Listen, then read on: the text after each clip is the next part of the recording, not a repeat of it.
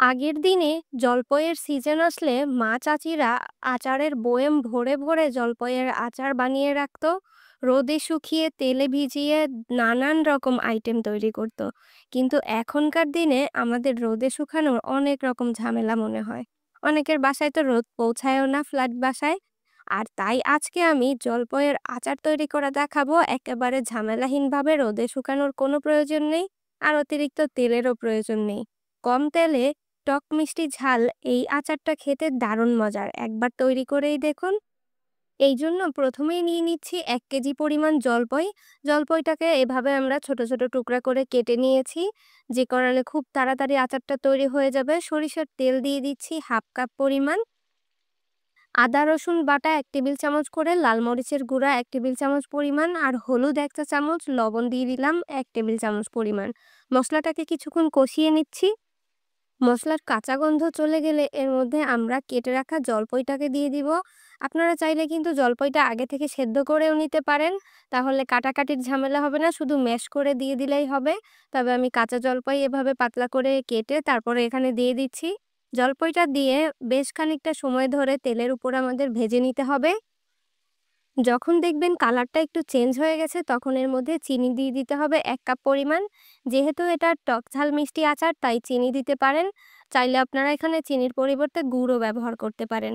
চিনিটা দেওয়ার পর নাড়াচাড়া করতে করতে দেখবেন চিনিটা গলে পানি ছেড়েছে এবং জলপইয়ের গা থেকেও কিছুটা পানি ছেড়েছে। এই পানিটা সম্পূর্ণ শুকিয়ে আসতে আসতে দেখবেন জলপইটা একদম সেদ্ধ হয়ে গেছে আর একদম নরম হয়ে সবগুলো একসঙ্গে মিশে গেছে। এই আচারটা কিন্তু নাড়াচাড়া করতে করতে জলপইটা একেবারে ভর্তা করে ফেলতে হবে। আস্তে আস্তে রাখা যাবে না। তবে কিছুটা দানা থাকতেই পারে, যেহেতু আমরা ম্যাশ করে এখানে দেইনি। এরপর কিছুক্ষণ পর আমরা ঢাকনা দিয়ে ঢেকে এটাকে রান্না করব। যখন একটু পানি উঠে আসবে তখন ঢাকনাটা দিবেন। আগে থেকে ঢাকনা দিলে চিনিটা কিন্তু পুড়ে যাবে। পানিটা শুকানো পর্যন্ত আমরা এটাকে অনবরত নেড়ে ঢাকনা দিয়ে ঢেকেই রান্না করব। কিছুক্ষণ বাদে বাদে নেড়েচেড়ে দিতে হবে। আচার বানানোর মূল ট্রিক্সটা হলো এই কিছুক্ষণ পর পর নাড়তে চাড়তে হবে, যাতে এর মধ্যে কোনো রকম পানি না থাকে। পানি থাকলে কিন্তু আচার কখনোই দীর্ঘদিন সংরক্ষণ করতে পারবেন না, অল্পতেই নষ্ট হয়ে যাবে। আর আজকের আমার এই আচারটা কিন্তু ভাত, খিচুড়ির সাথে খেতে এত বেশি মজার, আপনারা কিন্তু এটা খালি মুখেও খেয়ে নিতে পারেন, কারণ এর মধ্যে অতিরিক্ত কোনো তেল থাকবে না। আর দেখেন কতটা পানি ছেড়েছে এই জলপাই থেকে। এই সম্পূর্ণ পানিটা আমাদের শুকিয়ে ফেলতে হবে। চুলার আঁচটা কিন্তু এই পর্যায়ে লো মিডিয়ামে থাকবে। অতিরিক্ত হাই আঁচে রান্না করলে জলপাইটা তল থেকে পোড়া লেগে যেতে পারে, আর তখন এর ঘ্রাণটা মোটেও ভালো লাগবে না, খেতেও বেশি ভালো লাগবে না। তাই কিছুক্ষণ পর পর আমরা ঢাকনা তুলে জলপাইটাকে নেড়েচেড়ে পানিটা শুকিয়ে ফেলবো আর এটাকে একদম ভর্তা করে ফেলবো নাড়তে নাড়তে। যখন পানি এভাবে শুকিয়ে আসবে তখন আপনারা চাইলে আলু ভর্তা করার যে মেশারটা আছে ওইটা দিয়েও এভাবে চেপে চেপে এটাকে একদম ভর্তা করে মিহিন করে ফেলতে পারেন আচারটাকে। আর এই মিহি আচারটা খেতেই কিন্তু বেশি মজার হবে। তাই আমি ঠিক যেভাবে ভিডিওতে দেখিয়েছি আপনারা চাইলে এভাবেও কিন্তু করে নিতে পারেন।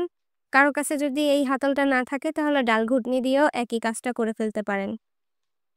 যখন একদম ভর্তা হয়ে যাবে তখন এর মধ্যে আমরা কিছু শুকনা মরিচ ভেজে আধ ভাঙা করে দিয়ে দিব এবং সম্পূর্ণ পানি শুকানো পর্যন্ত এটাকে নাড়তে হবে।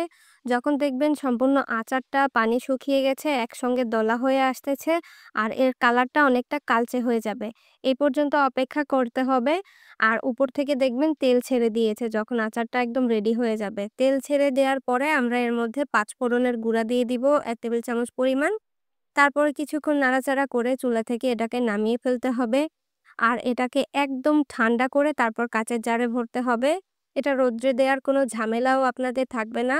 এটার মধ্যে কোনো পানি নেই আর খুব অল্প তেলে টক ঝাল মিষ্টি এই আচারটা আপনারা কিন্তু অনেক বেশি মজা করে খেতে পারবেন। ভাত, রুটি, পোলাও সবকিছুর সাথে এটা খেতে কিন্তু অনেক বেশি মজার লাগে। আর খালি মুখে খেলে তো কোনো কথাই নেই। আজকের এই রেসিপিটি আমি যতটা সম্ভব সহজ করে আপনাদের সাথে শেয়ার করেছি। আমার আজকের রেসিপিটি নিশ্চয়ই তোমাদের ভালো লেগেছে। আর ভিডিওটি ভালো লেগে থাকলে অবশ্যই লাইক, কমেন্ট, শেয়ার করতে ভুলবে না। এবং আমার চ্যানেলে নতুন হলে অবশ্যই চ্যানেলটি সাবস্ক্রাইব করে রেখো। আমার নতুন নতুন আরো মজার মজার রেসিপি দেখার আমন্ত্রণ রইলো। ভালো থাকবে সকলে। আল্লাহ হাফেজ।